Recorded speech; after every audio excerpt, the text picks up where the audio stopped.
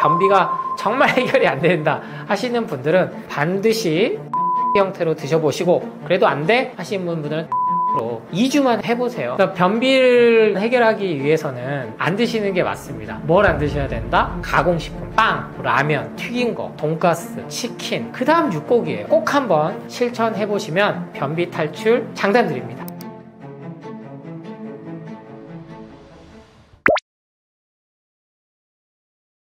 네, 제가 예방원 이렇게 상담 과목들 할 때 한때는 변비 이렇게 논 적도 있어요. 그 변비 증상을 정말 잘 해결할 수 있다. 그만큼 변비가 의외로 정말 삶에 있어서 질을 떨어뜨리는 일부분입니다. 특히 여성들, 왜냐면 임신과 출산 때 이걸 또 겪기도 하시고, 지금은 10대, 20대들이 너무나 많이 겪어요. 그래서 이게 남성들에 비해서 여성들이 많이 겪는 이유는, 가장 큰 차이는 자궁이라는 기관 때문에 그럴 수밖에 없다라고 이제 저는 이해를 하고 설명도 드리기도 하거든요. 남성들도 요새는 잘 걸리는 이유는, 그거는 안 먹어야 될 음식을 너무 많이 먹어서 그래. 그러니까 제가 이렇게 구분을 하는 거를 잘 이렇게 들으셨으면 좋겠어요. 나는 정말 채소과일식 잘하고, 아니면은 몸에 안 좋다는 거 안 드신다는 여성분들이 변비에 걸리는 데는, 첫 번째, 선천적인 그러한 장기의 역할들이 있어서 그게 균형이 뭔가가 깨졌기 때문이다. 그럴 때는 좀 공부를 잘 하셔야 됩니다. 이게 단순한 변비약이나 이런 걸로는 이미 해결이 안 되는 거거든요. 그리고 남성들의 변비는, 내가 밀가루를 많이 먹고 술, 담배, 탄산, 특히 지금 10대들이 그래요. 햄버거 많이 먹고 감자튀김 먹고 콜라, 사이다 같이 먹고, 그래서 정말 돌도 씹어 먹어도 된다는, 소화가 된다는 10대들이 변비가 많거든요. 근데 10대들 중에서도 또 여중생, 왜 생리가 시작되면서 이 변비 증상이 같이 수반되거든요. 그래서 변비가 정말 약만 먹어서 예전처럼 이렇게 다 내보내면 해결이 되던 시절도 있었습니다만, 더 이상 그것도 안 돼요. 왜냐면 약물이 복합적으로 들어오기 시작한 거죠. 화학 첨가제들이 모든 우리 일상생활에 먹는 가공식품들에 들어가니까 내성이 생기기 시작한 거예요. 즉, 약물 반응으로 인해서 장이 더 이상 움직이지 않게 되는 겁니다. 그럼 결국 이렇게 됐을 때요, 그 고통은 말로 못한다고 표현을 하거든요. 암 환자들이 특히나 항암 받을 때도 변비가 많이 오는데 항암 받는 것보다 이 변비 때문에 더 고통이 극심하다라고 말씀을 드려요. 제가 한참 이렇게 제 아집, 그리고 제 잘난 맛에 빠져서, 왜냐면 제가 본업은 한약사기 때문에 한약을 잘 써서 이 변비를 해결하는 게 다 될 거다라고 이렇게 착각하던 시절도 있었습니다만, 결국에는 약에 의존하지 않고 내 몸에 현대의학에서 말하는 면역력, 그리고 제가 항상 강조드리는 림프 시스템의 역할, 더 나아가면 모세혈관의 역할이라고 말씀드릴 수 있는데요. 이러한 호르몬들의 역할이 균형이 회복됐을 때 변비에서는 탈출할 수 있다. 그래서 이번 강연 내용에서는 이러한 내용들을 조금 중점적으로 말씀드려보도록 하겠습니다. 네, 변비에 대한 건강 정보는 가장 먼저 어디든 채소, 과일을 많이 먹어라예요. 근데 특히나 이 채소를 먹으라고 한 이유는 섬유질이 많이 들어있기 때문이다 설명을 하죠. 그러면 이거 참 아프신 분들은 헷갈려요. 왜? 현재 내가 암투병 중이거나, 아니면 특히나 가장 간, 아니면 콩팥, 신장, 특히 혈액투석 하신 분들은 채소, 과일 먹지 말라고 하거든요. 그러니까 안 먹으니까 당연히 또 변비가 와요. 그러니까 딜레마에 빠지는 거죠. 근데 이 채소, 과일을 먹어도 일단은 변비가 안 나으신 분들은요, 먼저 양이 너무 적어. 그리고 그 다음에는 뭐가 문제냐? 먹는 방법에서 잘못됐어요. 방금 말씀드린 신장 투석하신 분들은 무조건 채소는 삶거나 데쳐서 먹는 게 생활화 됐거든요. 즉, 이렇게 하는 이유가 칼륨 수치를 떨어뜨리기 위해서인데, 동시에 데치거나 삶으면 효소가, 비타민, 미네랄 모든 게 많이 없어지지만 칼슘도 많이 없어집니다. 근데 이 변비가 좋아지기 위해선 장내세균, 유해균, 중간균부터 해서 이런 호르몬 균형이 다 완벽해져서 뇌까지 이게 신호가 잘 전달이 오고 가면서 배출이 일어나는 건데, 왜냐면 감정적인 것도 많이 들어가 있거든요, 실제로. 근데 이게 무너지니까 제대로 균형이 안 들어와서 먹어지고, 또 그러면은 이거를 보충하기 위해서 안전하다고 생각하게 만든 영양제로 그걸 비타민 D나 칼륨이나 이런 것들을 보충을 한단 말이에요. 그러다 보니까 더더욱 악순환이 되는 거죠. 그래서 저는 채소, 과일을 생으로 좀 드셔라. 생으로. 이 섬유질에 대해서는 여러 감론을박이 있었습니다만, 결국에는 우리 몸에는 특별한 영양소로는 작용을 안 한다.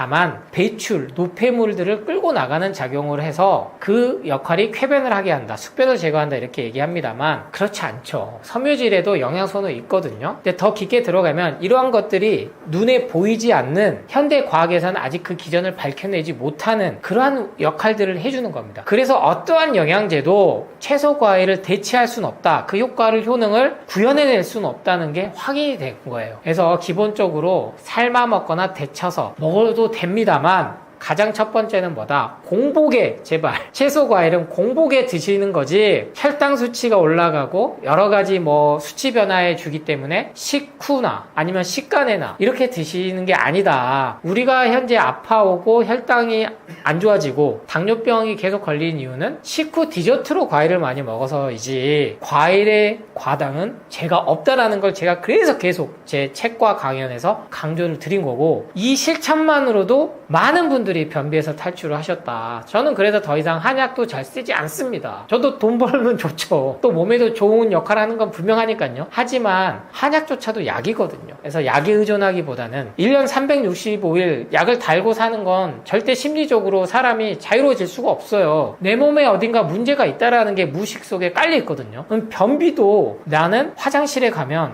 내 의지대로 변을 못 봐. 아니면 내가 생각하는 것과 다르게 절대 대변 활동을 할 수가 없어. 반대로 내 의지와는 상관없이 설사를 막을 수가 없어. 이렇게 강박에 빠지면 몸에는 아무런 이상이 없어. 그러니까 병원에 가면 위내시경, 대장내시경 모든 수치 정상인데 변비가 해결이 안 되는 거야. 그럼 변비약 먹어도 안 되고, 그런 분들과 상담을 해보면 결국에는 정신적인 마인드, 즉 마음의 문제가 많이 있다는 게 확인이 되거든요. 그래서 저는 채소 과일을 먹었는데도 변비가 있다고 하시는 분들은 이 방법으로 먼저 해보시고, 그리고 여기에 역시 추천해 드릴 수 있는 음식은 제가 앞선 강연 영상에서도 계속 강조드렸고, 심혈관, 내혈관 질환에도 좋다는 CCA 주스, 까주스를 강조드린 이유가 다 좋은 거예요. 그러니까 변비 해결에도 탁월합니다. 이미 당근, 양배추, 사과는 변비에 좋다라는 게 확인이 됐어요. 근데 따로따로 먹었을 때 그 양이 부족해서 효과가 안 났을 뿐입니다. 그거 같이 먹으면 되거든요. 근데 같이 우적우적 씹어 먹는 날도 있다면 갈아서 드셔보세요. 근데 갈아서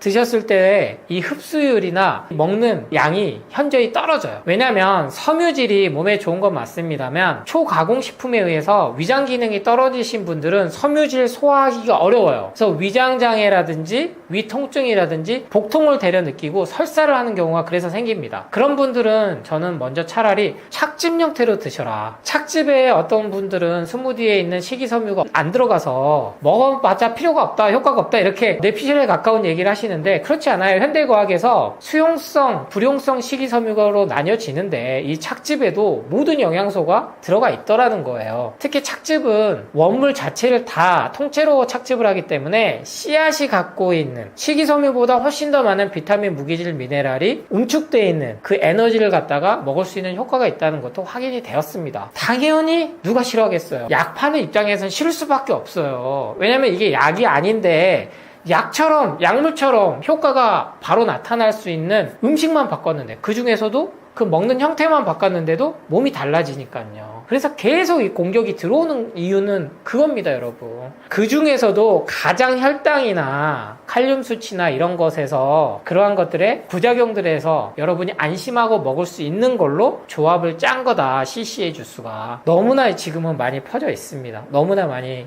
실천을 하고 있고, 하지만 처음 접하신 정보들이 너무나 세게 먹으면 안 돼, 주스 형태는 절대, 과일만 먹어도 지금 나무에 든 사탕을 갖다가 따먹는 격인데 그거를 주스로 먹는다고? 이렇게 얘기하신 분들이 있어요. 그 정보만 접하고 거기에 빠져 있으면 그렇게 보일 수밖에 없습니다. 왜냐면 이건 해보지 않으면 모르는 거거든요. 그렇기 때문에 변비가 정말 해결이 안 된다 하시는 분들은 반드시 스무디 형태로 드셔보시고, 그래도 안 돼 하시는 분들은 착즙으로 2주만 해보세요. 그래서 복통이 심하지 않는 설사는 우리 몸에 쌓여 있었던 그러한 것들이 장에서 청소가 돼서 나가는 현상들이니까 너무 두려워하지 마시고, 이러한 자세한 내용들은 제가 책에 계속 써오고 있습니다. 채소과일식부터 해서 완전 배출, 완치 비만, 그리고 레시피까지 드리기 위해서 채소과일식 레시피 책까지 제가 낸 이유고, 인식 조직의 전환을 하기 위해서는요, 99%가 주는 뭔가를 팔기 위해서는 준 정보보다는 내가 내 돈을 정말 내 몸을 위해서 쓸 수 있는 정보들을 주는,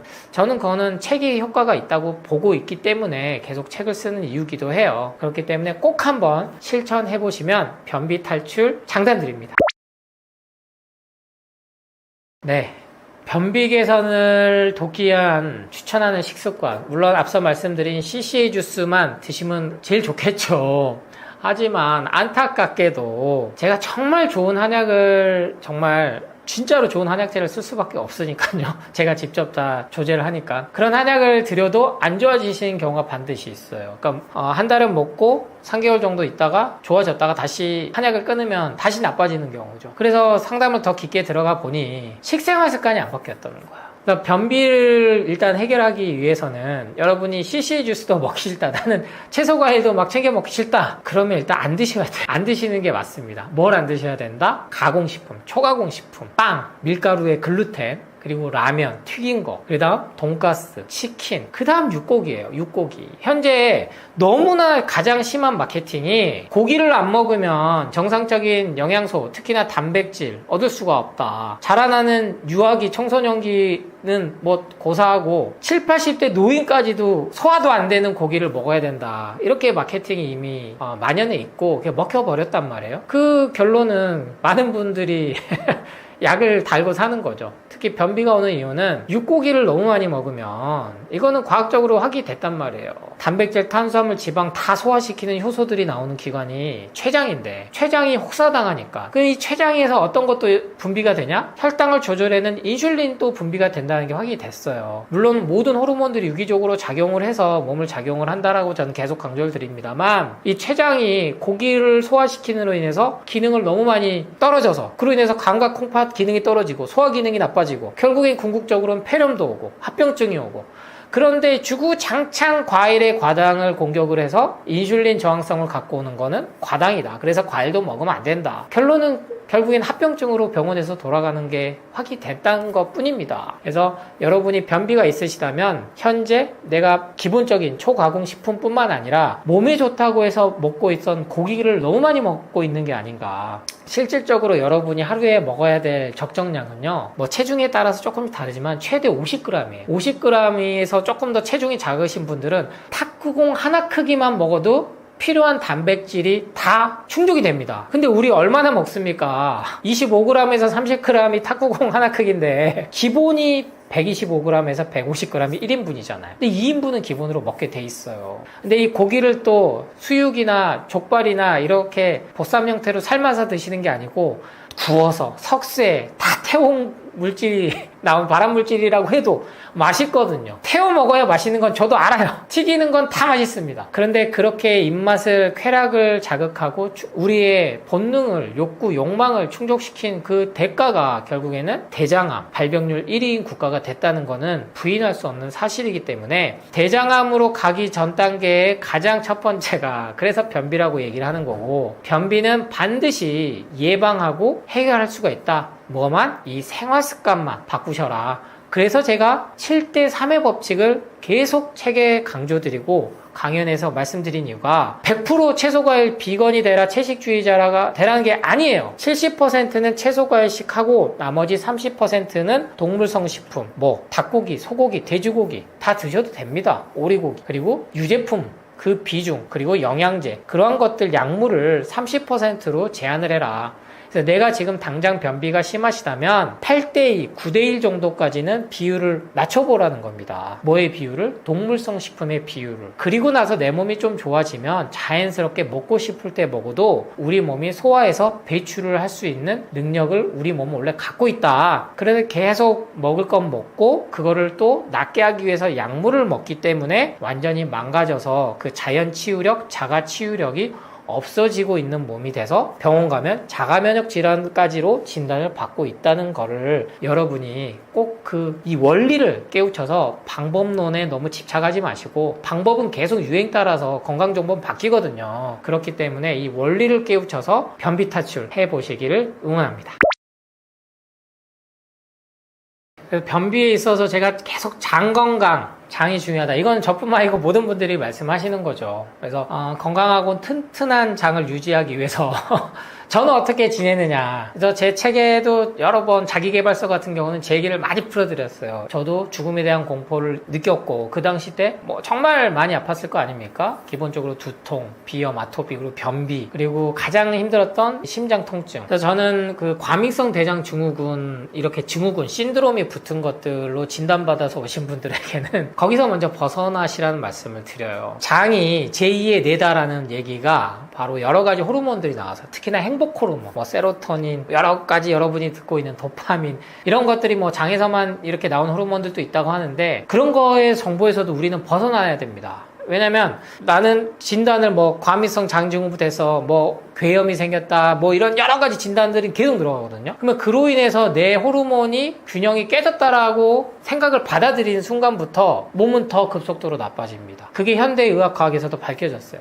그래서 제 비법의, 제 특별한 게 있냐고 물으신다면, 현재는요, 저는 그 어떤 것에도, 심지어 술을 먹게 된다고 해도 이게 내 장 환경을 맞힐 거야 라는 생각을 하지 않아요. 먹을 때는 즐겁게 먹는 겁니다. 그런데 이 피자를 못 끊으면서도 먹는 순간에도 스트레스를 받으시는 분들이 지금 너무나 많아요. 왜냐면 건강 정보를 너무 잘 알고 계셔가지고. 그래서 장만큼은요, 장에서부터는요, 내가 마음을 정말로 설사를 하고 변비가 심해도 그래, 이 정도는 내가 더 나보다 아프신 분들에 비하면 괜찮다, 이만하기 다행이다 라는 긍정적이고 감사한 마음으로 하루하루를 지내실 수가 있을 때 장 건강이 저절로 좋아진다. 반대로 장 수치 너무 좋아요. 모든 수치 좋아요. 그런데 설사를 달고 다니시거나 대변을 못 보신 분들이 의외로 많아요. 왜? 그런 분들은 정서불안이 많아요. 반대로 어떤 진단 받아서 오시냐? 공황장애. 저는 이제 의사가 아니어서 진단을 내릴 수 없어서 그런지 모르겠습니다만, 진단 내려지는 거 너무 싫어해요. 사람을 가둬버리잖아요. 그래서 여러분이 현재 어떠한 진단명에 갇혀져 있으면 거기서부터 벗어나라. 그러면 장 건강 그때부터 좋아진다. 이게 현대과학에서 밝혀졌지만 많이 안 알려준 이유는 돈이 안 들어서 그래요. 근데 이걸 알려주는 분야가 어딘 줄 아세요, 여러분? 자기개발 분야예요. 어떤 분야? 특히나 돈 버는 방법. 돈 버는 방법 가장 첫 번째 뭔지 아세요? 나 자신을 믿어라. 나는 부자가 될 것이다. 나는 뭐 200억 부자, 나는 언제까지 벌 것이다. 난 1000억 부자가 될 사람이다. 계속 자기 세뇌, 자기 믿음을, 자기 확신, 긍정, 격언을 매일 해라거든요. 그런데 그때는 경제적인 돈에 대해 가치만 하다 보니까 건강을 잃어요.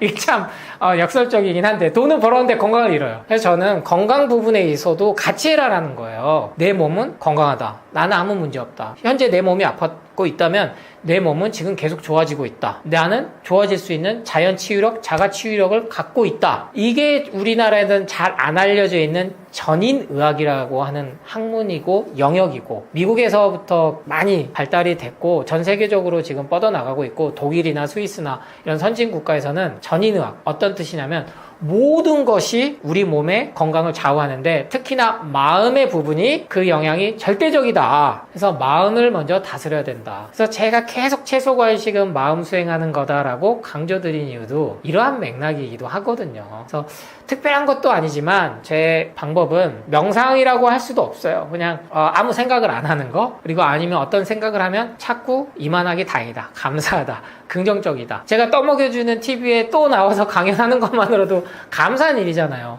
여기 제가 인천 송도에서 성남까지 오는 거 멀거든요. 근데 전에 목포에서 성남이나 서울 오고 가는 것보다는 훨씬 수월하거든요. 그러니까 자꾸 주어진 상황을 긍정적으로 사고하는 연습을 가지셔라. 그게 가장 건강하고 특히나 완벽이 아닌 완전하게, 즉 어떤 쪽이 좀 불편한 게 있어도 그거를 받아들일 수 있는 힘을 기르는 방법이라는 말씀을 강조드립니다. 그렇습니다. 이제 간호 현대의학이 지금 엄청나게 많이 발달이 됐기 때문에 우리 모든 건강과 질병을 치료하는데 현대의학이 마치 다 해줄 수 있는 것처럼 우리가 믿는 경우가 종종 있는데, 조금 깊게 생각해 보면 여전히 많은 한계를 갖고 있고요. 또 중요한 만성 질환은 스스로가 만들어낸 질환이기 때문에 스스로가 해결하지 않으면 만성 질환을 해결할 수 없다. 그래서 현대의학은 치료 중심 의학입니다.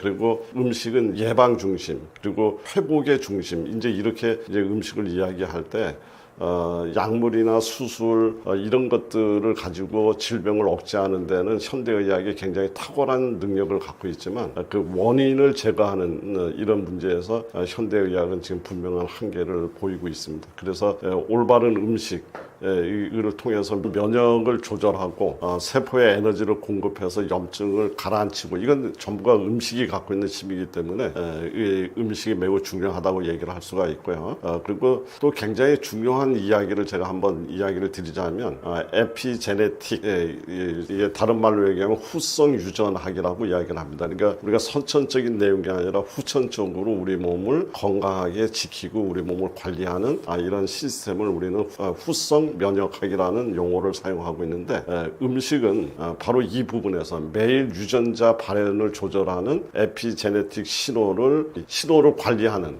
이제 이러한 차원에서 음식을 이해를 해야 됩니다. 그러니까 단순히 음식은 열량의 공급원이다 이렇게 이야기를 하는 것이 아니라 우리 이 여러 가지 유전자 발현을 조절하는데 핵심적인 역할을 하는 것이 그렇다. 대표적인 것이 우리 그 브로콜리의 설포라판이라든가 이런 어떤 식물이 갖고 있는 이런 파이토케미칼류는 유전자의 스위치를 켜고 끄는 이런 굉장히 훌륭한 이제 그런 아주 중요한 기능을 갖고 있습니다. 이것을 우리는 뭐 메틸레이션, 아세틸레이션 뭐 이런 등등의 용어로 지금 이야기하고 있는데 이걸 다 식품을 통해서 얻을 수 있는 거다 이렇게 이야기를 드릴 수 있고요. 또 세 번째로 음식이 중요한 이유는 현대인이 가지고 있는 대부분의 질환은 생활 습관입니다. 그래서 고혈압, 당뇨, 암, 심혈관 질환, 치매 이런 것들은 유전적 요인보다 식생활에 이라든가 어떤 그 환경적 요인에 훨씬 더 이제 영향을 많이 받습니다. 그래서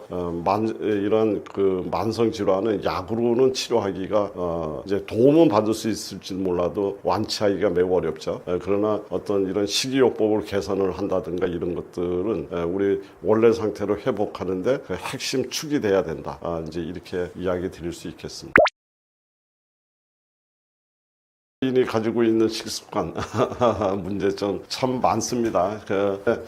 우선 뭐 우리 잘 알고 있는 내용들입니다. 이제 과도한 정제 탄수화물, 당이죠. 그리고 가공식품들 이런 것들을 섭취하면서 이제 그 혈당 스파이크 현상이 일어나고 혈당 스파이크 현상을 통해서 인슐린 저항성이 만들어지고 그래서 그 결과 지방간이라든가 당뇨, 염증 뭐 이런 것들을 이제 만들어내죠. 이제 여기에다가 트랜스 지방이라든가 인공 감미료가 들어가 있는 이런 상황이 겹치게 되면 우리 장내의 미생물까지 이제 파괴가 되면서 건강이 아주 굉장히 휘청거리게 되는 이제 이런 상황이 오고요. 또 하나는 현대인들이 참 바쁘지 않습니까? 그리고 여러 가지 그 어떤 생활의 패턴이 식사를 천천히 줄이고 음미하는 식의 식사가 아니라 굉장히 빠른 식사, 그리고 또 불규칙한 식사 뭐 이런 것들이 우리 몸 안에서 여러 가지 내분비 상태를 균일하게 만들지 못해서 결과론적으로 위장 기능을 약화시키고 또 우리가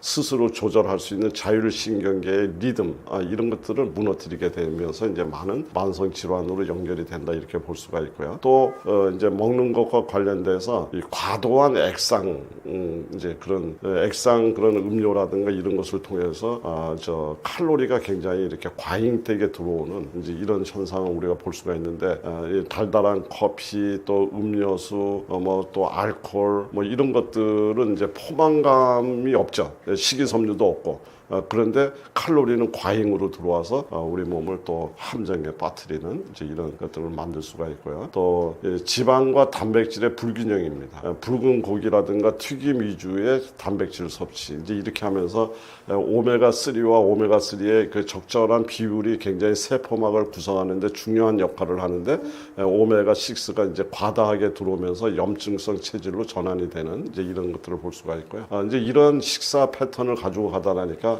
식이섬유가 이렇게 많이 부족하게 되고 식이섬유가 부족하니까 장내 미생물의 그 유익균들이 이제 활성화가 되질 못하고 유해균이 이제 활성화가 돼서 결국 면역력이 약화되고 또 피부에 여러 가지 독성이 나타나고 호르몬 대사의 이상으로 연결이 되면서 이런 여러 가지 만성 질환으로 연결이 된다 이렇게 볼 수 있겠습니다.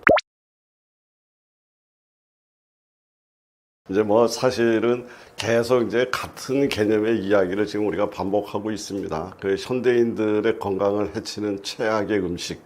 아마 제가 이야기하지 않아도 우리 시청자분들이 이제 생각하면 이건 나쁘다 좋다 다 구분할 수 있을 거라고 저는 생각을 합니다. 그 중에 이제 우리 대표적인 것이 세계보건기구에서 이제 발암물질 1군으로 분류한 이제 가공육 같은 거 이런 것들이죠. 이런 것들은 이제 가공하는 과정에서 질산염이라든가 아질산염 이런 것들이 그 인체에 들어와서 이제 여러 가지 이제 암을 유발하는 이제 발암 물질로 전환이 된다든가, 또 고온 가열을 하게 되면서 여러 가지 유방암이라든가 대장암이라든가 췌장암 이런 것들의 원인이 되는 이제 헤테로사이클릭 아민이라고 얘기하는 이런 걸로 변환이 된다든가, 또 이 과도한 나트륨이 이제 혼합되어 있는 이런 가공육을 먹게 되면서 혈압이 상승되고 심혈관 질환이 악화가 되는 이제 이런 것들이 이제 문제가 됩니다. 그래서 첫 번째 제가 꼽으라면 가공육을 이야기하고 싶고요. 두 번째는 트랜스 지방이 포함된 패스트푸드, 이제 예를 들면 감자튀김이라든가 치킨, 마가린 뭐 이런 것들이 포함된 이런 것들이죠. 트랜스 지방은 이제부터 용어 정리를 좀 바꾸고 갔으면 좋겠다. 우리 떠먹여주는 TV 시청자 여러분들께서는 이제 앞으로 이 트랜스 지방이라는 용어를 쓰지 마시고 염증 폭탄이라는 용어로 바꾸시면 훨씬 더 실감나지 않을까 이렇게 생각이 됩니다. 이런 염증 폭탄이 되는 트랜스 지방이 들어오면 우리 몸이 식별하지 못하는 그런 변형된 지방이 되면서 세포막과 호르몬 대사를 교란시키면서 정말 여러 가지 우리 신체에 이제 건강에 문제를 일으키는 거죠.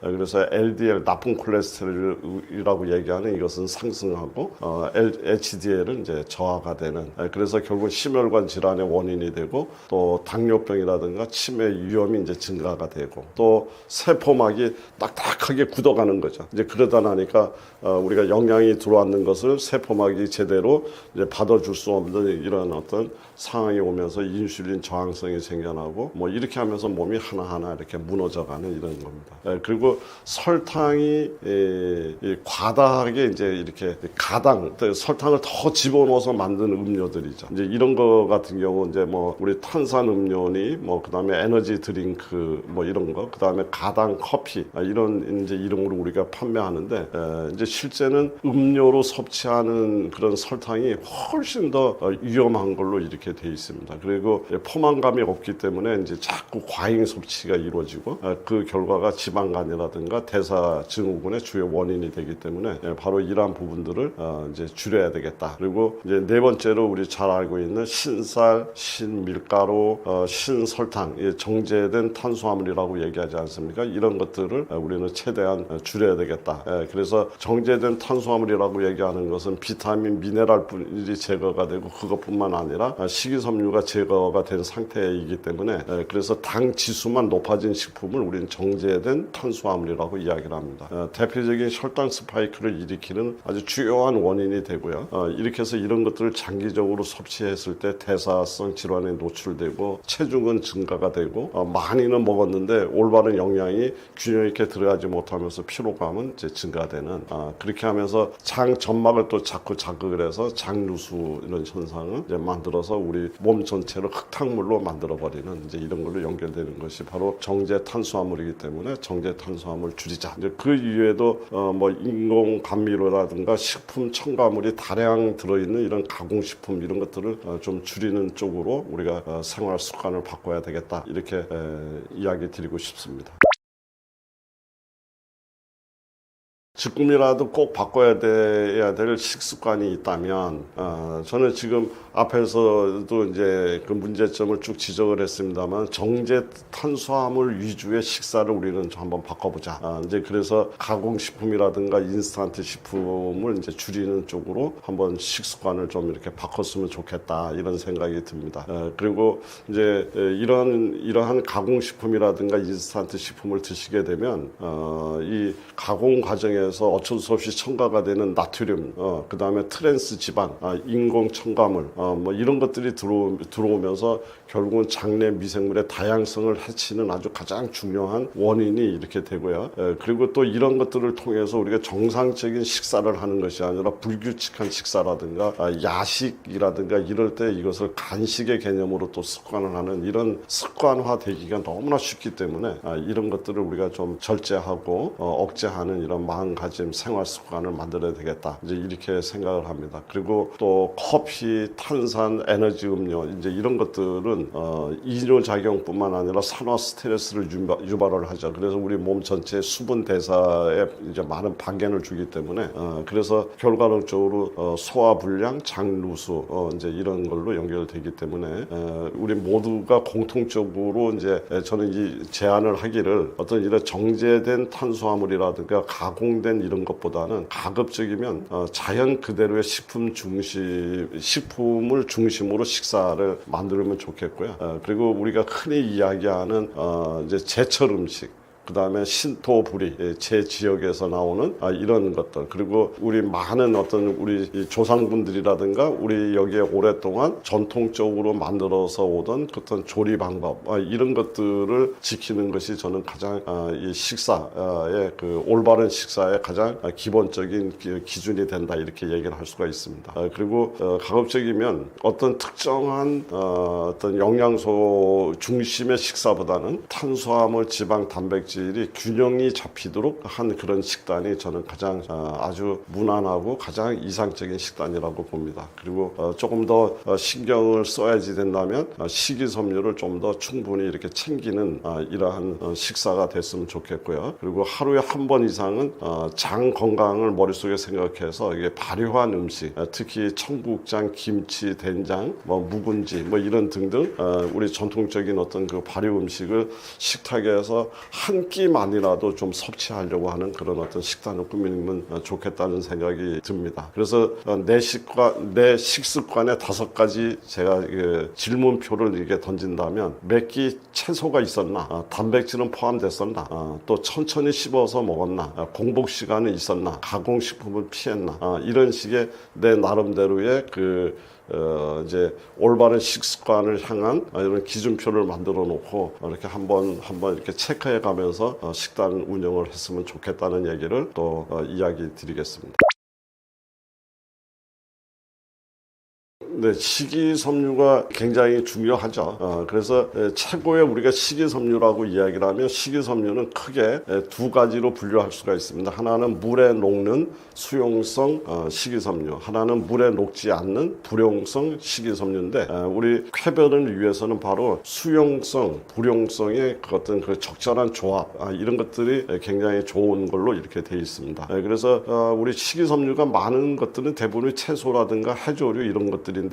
특히 식이섬유가 이제 많이 들어있으면서 수용성, 불용성 식이섬유가 잘 조합되어 있는 것 중에 하나가 차전자피라고 해서 질경이 씨앗에서 나오는 거죠. 이거는 보통 음식으로 사용하지는 않고요.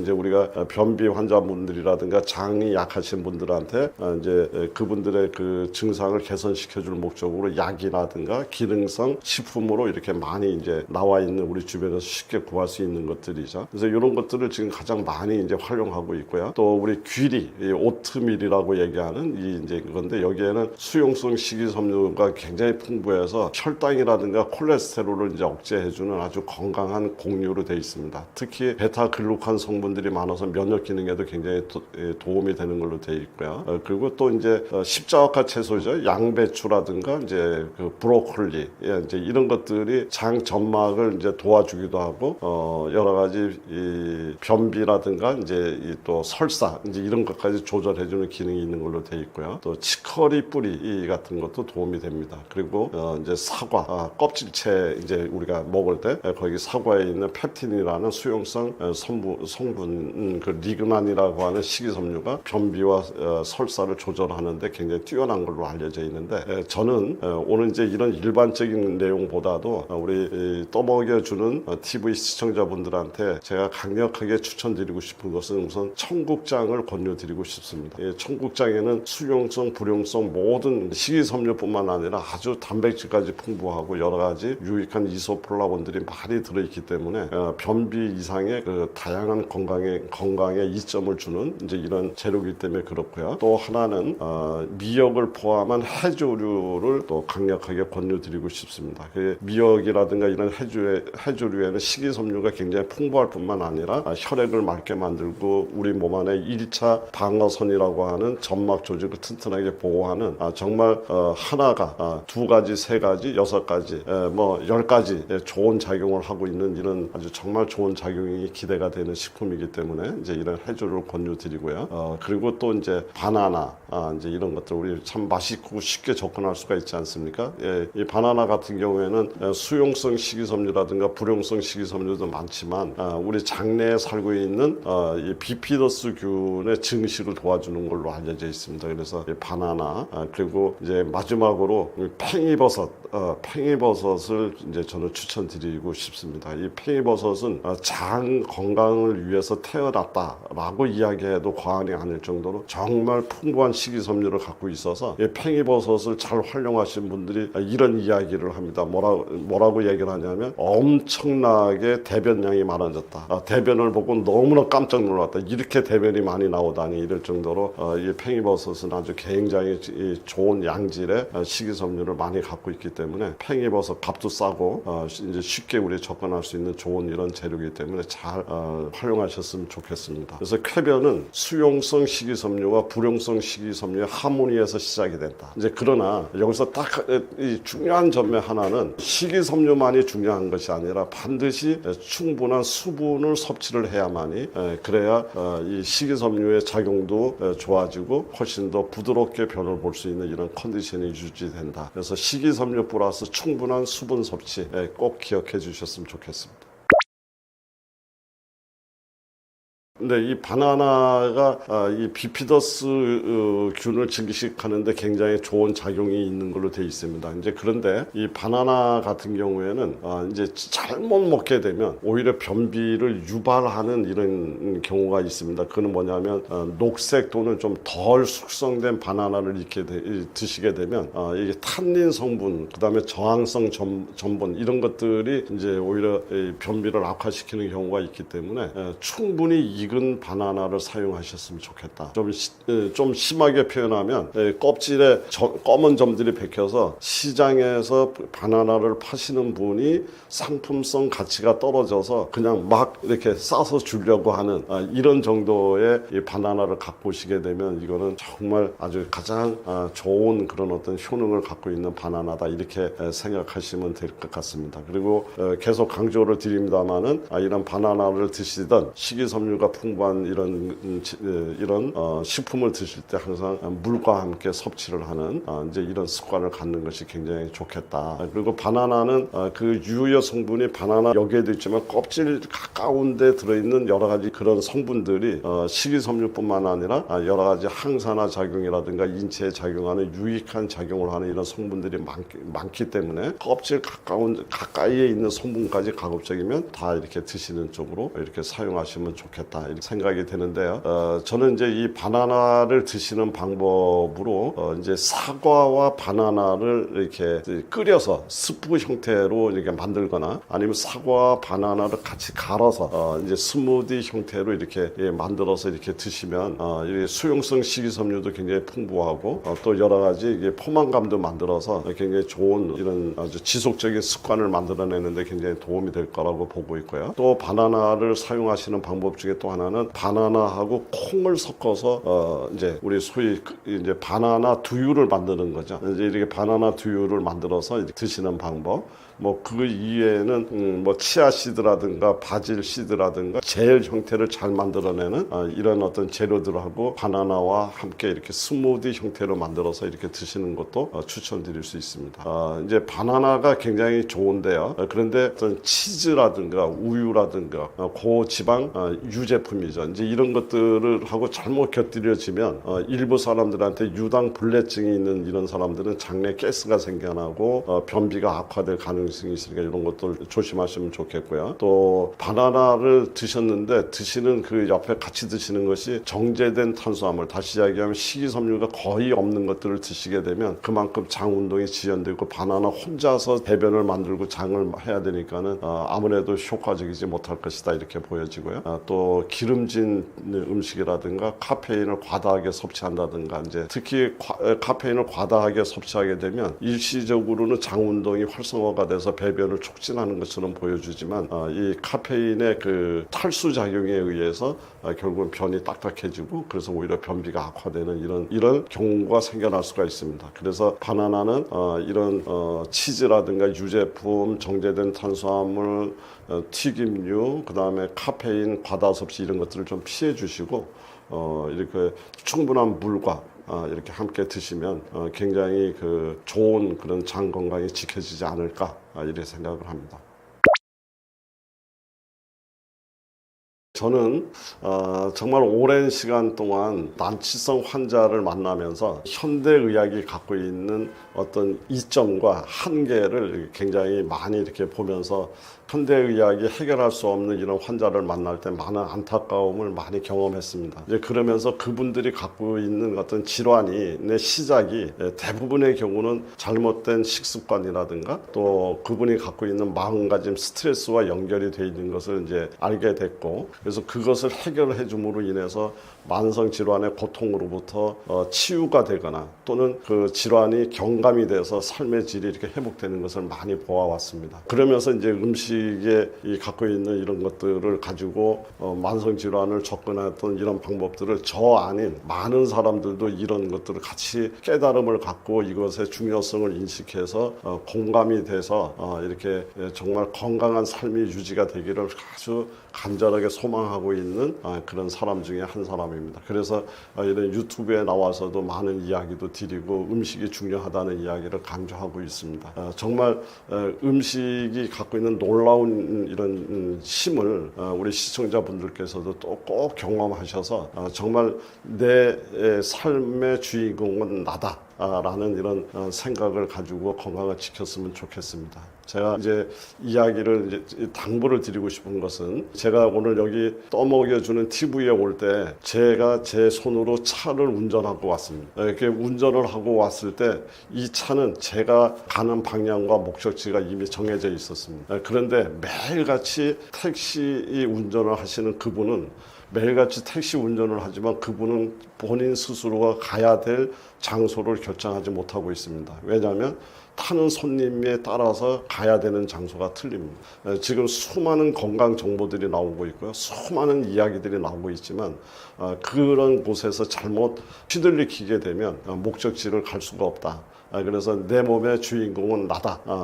내 몸의 선장은 나다. 내 몸의 주치의는 나다라는 생각을 갖고 우리 병이 나기 전에 음식을 통해서 건강을 지키는 이런 건강한 삶, 건강한 100세 시대의 주인공이 되었으면 합니다.